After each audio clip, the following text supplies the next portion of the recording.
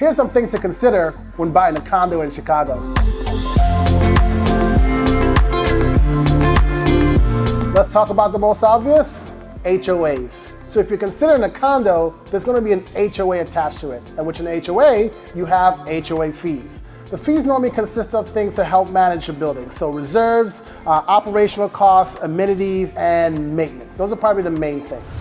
Reserves are like a piggy bank for the HOA, that if and when something goes wrong, they have enough money, or at least some money, to help pay for those things. Depending on the size of the building, the amount of the reserves can vary. So a condo that has 3 units might only have anywhere from $5,000 to $20,000 in reserves, while a condo that has 500 units, it might be in the millions.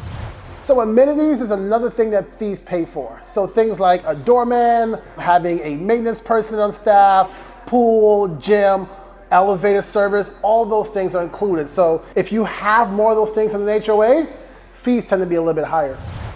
And then there's maintenance and operational costs, which kind of go together. Things like window cleaning, garbage service, snow removal, those sort of things.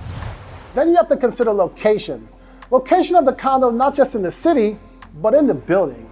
So things are normally valued by how high they are and what direction that they face. So for example, a condo on the top floor of a building, let's say 25th floor, facing south and east, is a little bit more valuable than a condo on the 10th floor facing north and west. Why? Because east we have the lake, south we have the sun. So sometimes when you're looking at a building, you say, hey, this condo is so much cheaper than all the other ones and it looks just the same.